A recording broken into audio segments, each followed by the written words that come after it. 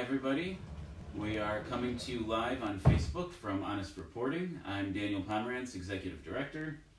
Dov Lipman, Senior Manager, Community Outreach, and former member of Knesset. And as you know, we were woken up this morning by rocket sirens. One of our colleagues, Zena, actually was woken up by a siren out of bed, and people in the South, of course, have been getting them for hours. And we all were working before we even got in here to try and address the news, and now we're here working furiously all day long. As you know, if you're watching us in America, you're just waking up now, but we've been at work already for about 8 hours. We're going to give you a little rundown of what's been happening, of what we're doing, and what's going on in Israel, and what Honest Reporting is doing to address it. And if you have comments or questions, you're invited to write them right here in the comments, and we will be happy to answer them and engage with you. So I think we'll start off with Dov will give us a little background on what's happening today and how we came to this point in the first place. Absolutely. So Israel for months has been dealing with ongoing terror from Gaza, and there's been an interesting dynamic because Hamas, which is usually responsible for that terror, has been projecting that they don't want this to continue. But every single Friday, these attacks on the border, missile fire here or there, sniper fire at some of our soldiers. And it turns out that it's actually Islamic Jihad that's responsible for this. And 10 days ago, the Prime Minister went to the Security Cabinet. They had significant intelligence, and the decision was made unanimously by Israel's cabinet to do what Israel often calls targeted assassinations, or take out the head of the snake. The goal was, let's get rid of the head of Islamic Jihad, and perhaps that might change the situation in the south, and that's exactly what Israel did last night. So exactly what happened, and exactly who is he, and why is he the one who's the target? So it's a targeted strike, which is quite remarkable. You know, Israel's blamed very often for killing civilians, innocent people, and here what the cabinet approved was find the right time when there's no civilians around, and then hopefully we'll be able to just take him out and no one else. And we're talking about an operation in Gaza, which is very, very difficult to carry out. Gaza is a very condensed area, and just having the intelligence of where the leader of Islamic Jihad is something which is very difficult to obtain. I don't know if anyone has seen the pictures, but if you do, you'll notice that not only did they not strike any other buildings in the area, they got the specific part of the house that he was in. The rest of his house is actually still standing. But before we go on, Dov, why don't you explain to everyone who this person is and why he was the target? Absolutely. So, for years, Iran obviously has been trying to set itself up in Gaza and attack Israel, and Hamas used to be the person who they counted on, but now over time they have come to this Islamic Jihad leader, Al-Atta, and they've said he's the one who is leading everything here, and he's the one that we have to take out. Just to give you a sense for, Israel was close to coming to an arrangement with Hamas, with basically kind of a peaceful arrangement of some kind with a terror organization, and this Islamic Jihad commander Al-Atta, he is the reason why we have not had that arrangement. Iran has identified him as their representative in the Gaza Strip, and he has caused enough trouble in Gaza to prevent any kind of arrangement between Israel and the various terrorist elements in Gaza. So he was responsible for some of the strikes that we've seen in the past? Just to give you an example, whenever we've seen over the last year massive missile fire into Israel, that's Al-Atta. When we've seen sniper fire at Israeli soldiers, that's Al-Atta. When we see weapons used at these protests along the wall of security barrier, a security fence with Gaza, that's Al-Atta. And therefore he was identified as the person who Israel could perhaps change the situation if he would be killed. And here's the important part. He was planning attacks right now. Meaning this is not punitive. Oh, he's a bad guy in the past, let's punish him for it. He was involved right now in planning attacks against Israel, and therefore Israel views him as a time bomb, a ticking time bomb that needed to be dealt with immediately. So one of the things you might, do we have comments showing up already? Can you see them? If you see me looking at my phone, by the way, it's not that I'm not paying attention, it's that I'm looking at your comments. We're also continuously looking for updates that are happening in terms of what's going on the ground, and we'll obviously share those with you as we're talking. So one of the questions that sometimes comes up is a targeted assassination a violation of international law? And the answer is it absolutely is not. The idea that it is a myth. International law, in this case the applicable law is the Fourth Geneva Convention, which says that parties in a war should do everything they can to reduce civilian casualties as much as possible. So a targeted assassination is the most careful, specific way of attacking that doesn't involve civilians. Now the arguments against it are people say, first of all, it's an extrajudicial killing, meaning that you killed someone, you gave someone capital punishment without actually giving him a fair trial. Remember here, we're talking about a battlefield. Hamas has declared war against Israel. Palestinian Islamic Jihad has declared war against Israel. They have turned all of Gaza into that battlefield by hiding themselves in civilian areas. I've never heard of a situation where someone in a battlefield stops firing, walks out into the line of fire, and then starts giving somebody a trial before shooting back. That absolutely doesn't happen. Atta is an active combatant, actively shooting at Israel, actively planning attacks, and Israel, instead of, if you say the choice is between assassinating versus not assassinating, then certainly in the interest of peace and social justice, you don't want to see people being killed or getting hurt. The problem is that if Israel does nothing, the Israeli residents in southern Israel, and today even as far north as Tel Aviv, are going to be living under rocket fire. So if you believe in peace and social justice, that's not peace and that's not social justice. So the other two options you have are either to go in and get the guy in a conventional way, which means launching a war, going in, putting a lot of civilians in harm's way and almost certainly causing a lot of bloodshed, or launching an attack that isn't general and large but very specific and very targeted. So when you look at it in that way, you can see that a targeted attack against a military leader is absolutely the most cautious and least endangering possible approach that's available in this situation. And let's also remember, a lot of people might be asking, but now Israel has assassinated him, has killed him, and now because of that, Israel's suffering rocket fire. So one might say, well, things were quiet, and now Israel's coming along and starting things up. So yes, we have had over 160 rockets fired at Israel today. That's a lot of rockets in a small country like Israel to be suffering from. We've had, Iron Dome has shot down over 60, which is a pretty good rate in terms of that. But we have people who are injured, one person directly from shrapnel, significant numbers from anxiety, people running to secure rooms that get hurt along the way. So why did Israel do this if we're now having rocket fire because of it? And the answer to that is, this guy, Al-Atta, was planning terror attacks against Israel. We were going to have to respond to those anyway, and that would have led to the same missile fire. So now we're dealing with the missile fire without the leader of the gang. Well, and also one has to understand the concept of deterrence. A good example is that in 2006, Israel invaded Lebanon.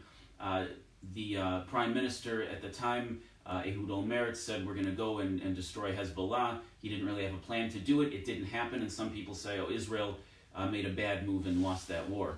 But then what we saw is since 2006, there was tremendous deterrence, and Israel's northern border with Lebanon has been very quiet since then. And of course, part of that is because Hezbollah has been involved in the civil war in Syria, but that only began in 2011, and we've had quiet on that border since 2006. So yes, right now in the short term, we're seeing a lot of rockets today coming out of Gaza, but in the longer term, we've seen in the past, not just with Lebanon, it's the most dramatic example, but even with Gaza, we've seen in the past that we should expect longer periods of quiet as a result of this deterrence. And when you point out that 160 rockets is a lot for a country the size of Israel, how many would be a lot for the country the size of America? How many rockets would have to land in New York City before the United States would turn whoever fired them into a parking lot? The level of caution that we're seeing in Israel is just beyond anything you see in the world.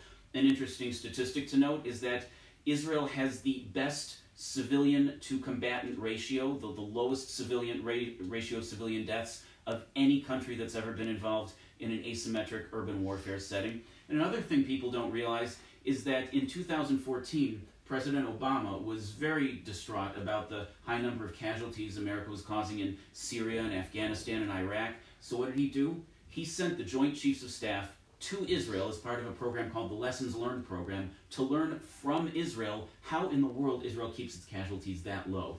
So anytime somebody wants to say that America has a problem with the way Israel behaves, the proof is in the pudding. When countries really want to learn how to behave responsibly and carefully, they send their people to Israel to learn how. And here we have a strike that was so targeted. Apparently his wife was killed as well, and that is a tragic civilian casualty. But at the same time, he had turned his home into a command and control operation and had put his family in harm's way by doing that, much like Osama bin Laden had done with his 9 wives. Absolutely. And by the way, as we're speaking, I have these alerts that are coming, and there are continued rockets that are coming. Remember, the funeral for Alata is just finishing now, and therefore everyone is bracing themselves for a barrage of rocket attacks. We have hospitals that are being evacuated. I saw visuals of a Prima unit being moved to a secure area. We have malls in Tel Aviv that are closing as people are anticipating what's going to be coming. You mentioned before about what would other countries tolerate. I was in Texas just a few weeks ago, in San Antonio. Yes, you were. And I asked people, as I was talking there for Honest Reporting, I asked people, imagine if the United States was in a conflict of some kind with Mexico. And from somewhere in Mexico, one missile was lobbed somewhere into the city of San Antonio.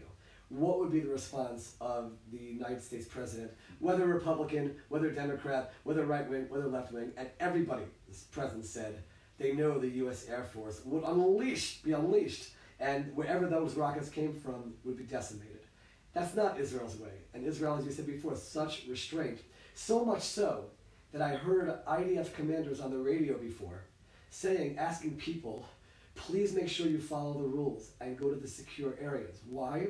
Not just because obviously they want to prevent any loss of Israeli life, but Israel knows that if there is a rocket that lands and causes significant damage or, God forbid, loss of life, then Israel's going to have to respond. And now we're going to have this cycle, and innocent civilians on both sides are going to die as a result. Because as we all should know, Hamas, or Islamic Jihad in this case, shoots their rockets and then hide behind their civilian population. And as I like to coin what happened today, we took out a terrorist commander and did not have innocent loss of life, and the response of Islamic Jihad is targeting innocent Israeli civilians. And that really captures what's happening. And by the way, if I can brag for a moment, we had our Media Central team put together a press conference early this morning, within hours of when the event started. There was a lot of very serious press there, the New York Times, Financial Times, the Associated Press, the Voice of America, and the coverage so far has shown properly that the dichotomy between Israel doing a very careful, targeted assassination of a terror leader versus the response, which is indiscriminate fire in now over 160 rockets at random civilian areas. Now, we seem to have some comments here. Are you able to read them from where you are? Let's see. I have them on my phone. People tuning in from various areas. We have people from Scotland and people from Alberta. And so Raymond, welcome to the broadcast. Alan, also welcome. I'm glad to see you guys. Alan says he's from BBC Scotland. Do you mean that you're actually working for the BBC, that you're a journalist? If so, let us know. We'd be happy to hear how this looks to you from a journalistic perspective.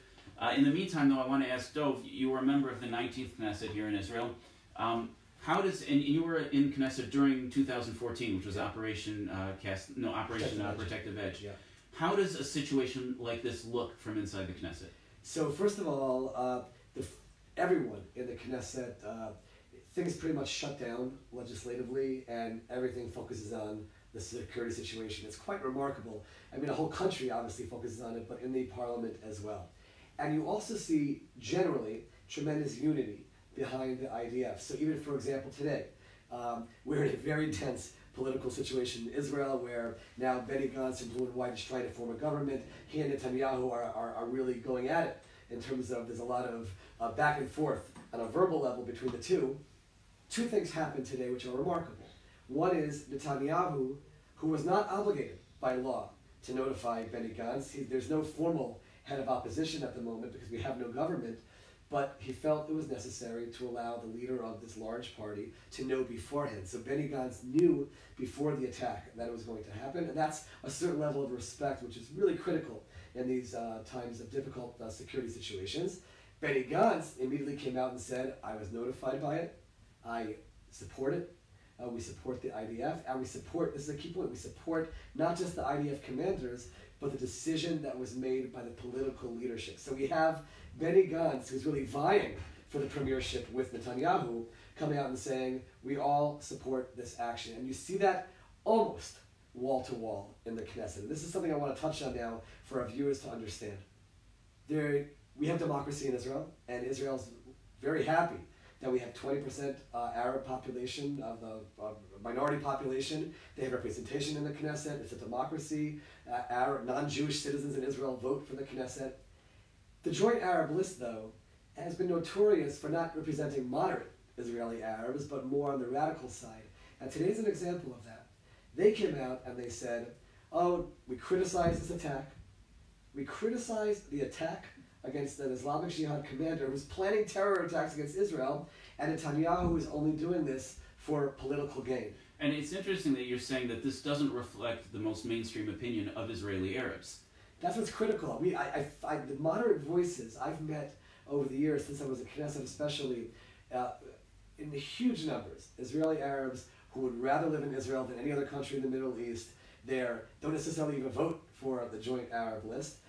And they wish there would be representation who takes care of the needs of their population, and there are real needs in the Israeli Arab population. But sadly, the leadership of the Joint Arab List has really used it for nationalistic reasons and pro-Palestinian reasons, instead of necessarily being there to represent the mainstream Israeli Arabs. Now, Daniel, that's going to have impact on all of the negotiations now for the government, because until today, there's been quite a bit of talk about the Joint Arab List, possibly for the first time, playing a role in the development of an Israeli government, maybe from the outside, supporting it, abstaining, all kinds of ways which they could be involved. I think on a day like today, when Israel is dealing with what it's dealing with, for the Joint Arab List to come out against this targeted killing of an Islamic Jihad commander in Gaza, I think that's going to push them further and further away from the process, and we might actually see the coming together of some kind of a unity government on the heels of this. Benny Gantz, before last night happened, was planning on announcing today, or we heard that he was going to announce today, that he supports an idea of Netanyahu starting as prime minister. He'll step aside if his court case begins. The Gantz will take over. Real step forward. It's called the President's Plan towards a unity government in Israel, which is what Israel really, really could use at this point in time. I think that the events of today, and again, we hope that it goes without any loss of life and any serious injury, assuming that this round ends, and we'll have to talk about in a moment where this is heading, but assuming that it ends somewhat where we are, I can actually see it somehow being a catalyst towards the development of that national unity government.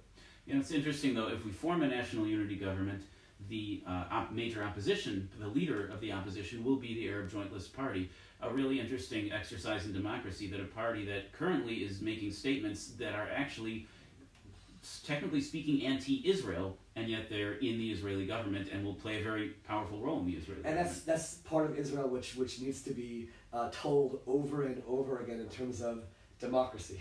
That people, there's so much misinformation out there about this. Yes, the Arabs vote. Yes, the Arabs have representatives in the Knesset. Yes, they might even be the head of the opposition in the parliament and be able to get up from the podium and speak their minds. That's part of free speech, and that's something we're proud of. You know, and I for those of you who may not know, we made a video about Israeli elections. We posted it online, and Linda Sarsour, the former head of the Women's March, criticized Dov, saying that it was wrong of him to call it the Arab Joint List Party because it should be called the Palestinian Party, and she said, Dov, you're erasing my identity as a Palestinian, and Dov pointed out, the name of the party is the Arab Joint List Party. You didn't name the party. That's right. The party named itself.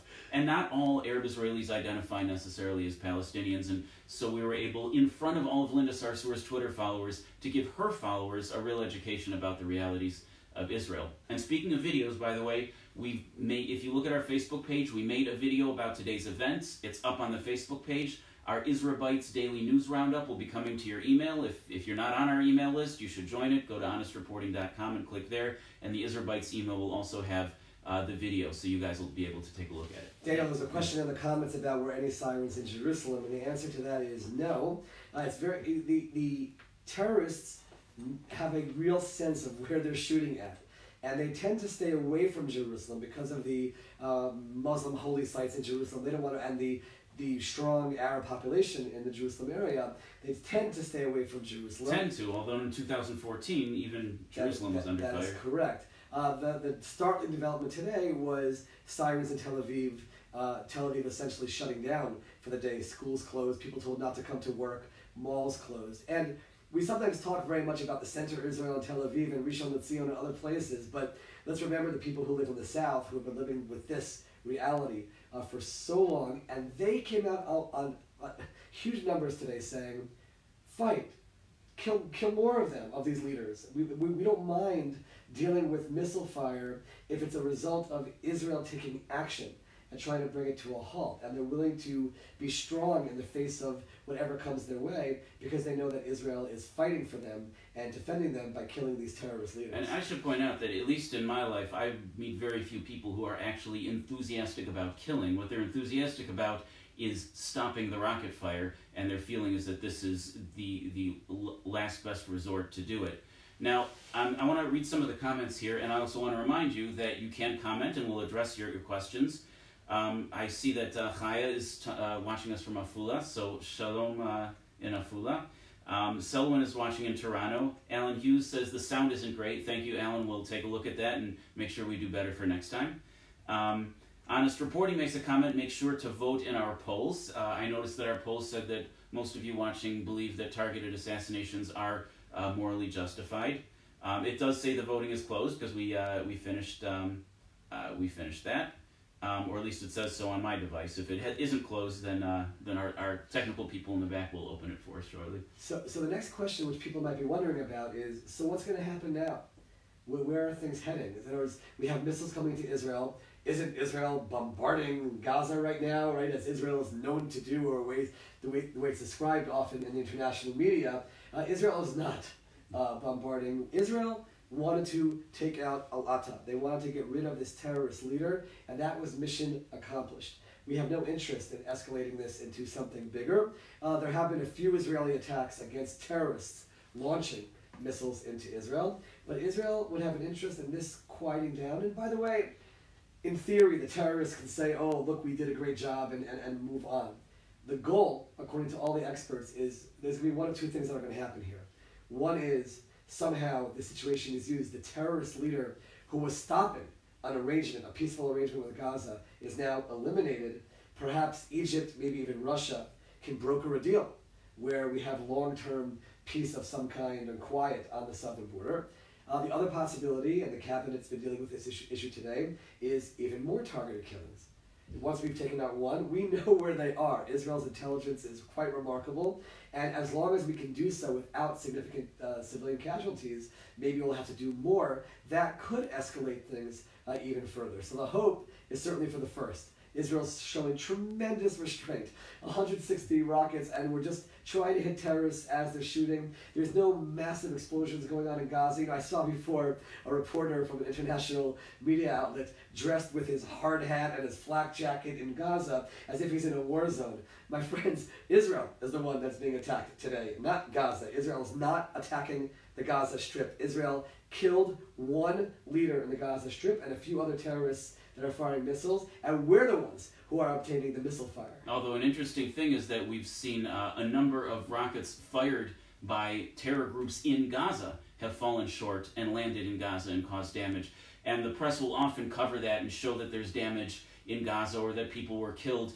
And they let people sort of make this assumption, well, if a house blew up in Gaza and someone died, it must have been fired by Israel. But when you're talking about a terrorist group that fires indiscriminately, those rockets can land anywhere, and oftentimes they land on the Palestinian people, who already suffer enough just in regular daily life under these terror groups. But then in addition, in these attacks, they themselves are getting bombed today by rockets intended for Israel. So Daniel, Kayla Zuber, listening from Tzfat, asks the question, are there Islamic Jihad cells in Yehuda and Shomron, and are they being watched now for possible activation? So first of all, Kayla, thank you for the question, and thank you for watching from Tzfat in the north of Israel. And by the way, we've been watching the north today as well to make sure we don't open up another front, which would have to be the major focus in the north, and thank God things have remained quiet. The Israeli intelligence apparatus is quite remarkable. Reports came out recently that over the last 6 months, hundreds of terror attacks have been stopped way before they even came into Israel. You can rest assured that the Shabak, which is Israel's internal security agency, is watching every single terror group to make sure this doesn't become bigger, certainly not in Judea and Samaria in the West Bank. There are no massive cells of Islamic Jihad within the territories of the West Bank, but they certainly exist.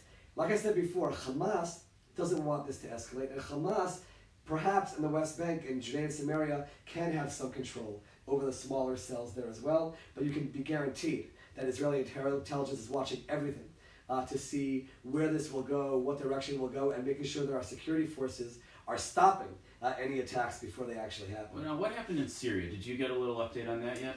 So, media sources are saying that last night, actually slightly before it seems, the killing of Alata, there were fighter jets that came into Syria and also seemed to have been targeting someone there, and there are reports that it is one of the leaders of the Islamic Jihad in Syria. Again, Iran is trying to find a way to camp itself anywhere it can close to Israel and using whatever forces they can, which is interesting because Islamic Jihad is Sunni, and yet Iran will find anyone they can, despite their being Shiite, to try to make sure that Israel is attacked and destroyed.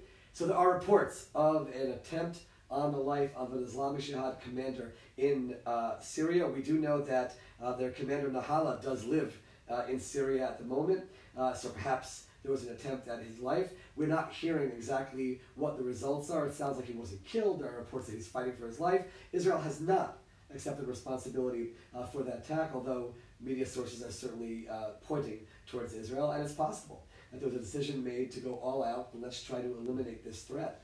Now, I want to emphasize that so far the media coverage of today's events has been surprisingly reasonable for coverage of Israel, and a great deal of that is because we had our team, we had a press conference this morning. We're working on bringing journalists down to the Gaza border early tomorrow, and we're making sure that they get access to the correct news and that they understand the full context so that they report the story accurately, which is that Israel did a very precise targeted killing of a very dangerous terrorist commander, and that the terror cells have responded with, at this point, over 160 rockets indiscriminately at Israeli civilians, going to towns and cities as far north as Tel Aviv. Now, I wanted to ask you, Dov, when you're thinking back to 2014, when you're in the Knesset, when you're in the cafeteria, when you're walking in the halls, what's the conversation like? What's the mood like? In a time like this, the mood is actually very solemn. That people don't realize this, but the Knesset in general, with all the yelling and screaming and vibrant democracy that we see, there's a tremendous amount of camaraderie. There's a lot of, in the cafeteria for sure, joking around with each other. During these times, things get very, very serious. You have certainly the Foreign Affairs and Defense Committee, which is constantly meeting to deal with situations that are happening, and people are continuously just watching the news, bracing themselves for perhaps, God forbid, a rocket attack that will cause casualties, which we certainly hope won't happen, and certainly waiting for updates from the military to understand. I certainly sat in meetings where those updates were being given. The way Israel works, like any democracy, you have the political echelons, and then you have the military. And the military gets its guidance from the political leadership. So there's a constant dialogue between the two, and that's where the cabinet comes into play. That's where the defense committee comes into play. The finance committee here and there has to be called into play as well. But serious. It's a very serious mood. So for sure today, in the Knesset, that's the way the mood would be as well, as people are monitoring the situation, trying to make sure that we prevent civilian casualties on all sides. That's the number one concern that you will always see. I know for a fact, from talking to people, I was not in the security cabinet, but talking to people who are, any attack that is made in Gaza has to be okayed by the political leadership after they ask questions about what is the threat or risk to civilians. And in Protective Edge, there were actually attorneys in the room during the security cabinet meetings to make sure that there was no violation of international law as various missions were being called. Yeah, actually, I've been in a briefing like that at one of the IDF legal offices. They actually, prior to anything happening, they collect constantly updated intelligence on every building, location, vehicle, street, in any area that could possibly be a theater of war, and they examine everything that's there, and they examine it against the international laws that Israel follows and the domestic laws that Israel follows and Israeli Supreme Court rulings, and figure out if you can attack that place, and in what way and under what circumstances. So they already have a lot of that prepared, and even then, in the moment when something happens, you have to go back and recheck again with the IDF lawyers to as they look at the most updated intelligence and make sure that that decision about whether and how you can attack is still a valid one. Now, that doesn't mean that an attack can be perfect, and civilians, these terror groups intentionally put themselves next to civilians. And sometimes, I'll tell you a story, during the 2014 war, I was walking out in an open area when the sirens sounded, and there was no way I could get to a shelter quickly enough. A lot of times when this happens, if you're on a city street, you just run into the nearest apartment building, people open the door for you, and you join some new people that you haven't met before in a bomb shelter. It's quite a bonding experience. But I couldn't get to one, so I had to lay down on the ground, and I put my hands over my head like that. Yeah, see, Dov knows the drill. And I laid there. And you know, Iron Dome is not perfect. In fact, just the other day, an Israeli house was blown up when a rocket got past Iron Dome. Fortunately, the family was already in their bomb shelter. But here I am, not in a bomb shelter. Iron Dome isn't perfect, and even if Iron Dome works, the shrapnel could fall on you out of the sky. And I'm laying there hoping, you know, that I don't get killed, and it's a helpless feeling because you can't do anything.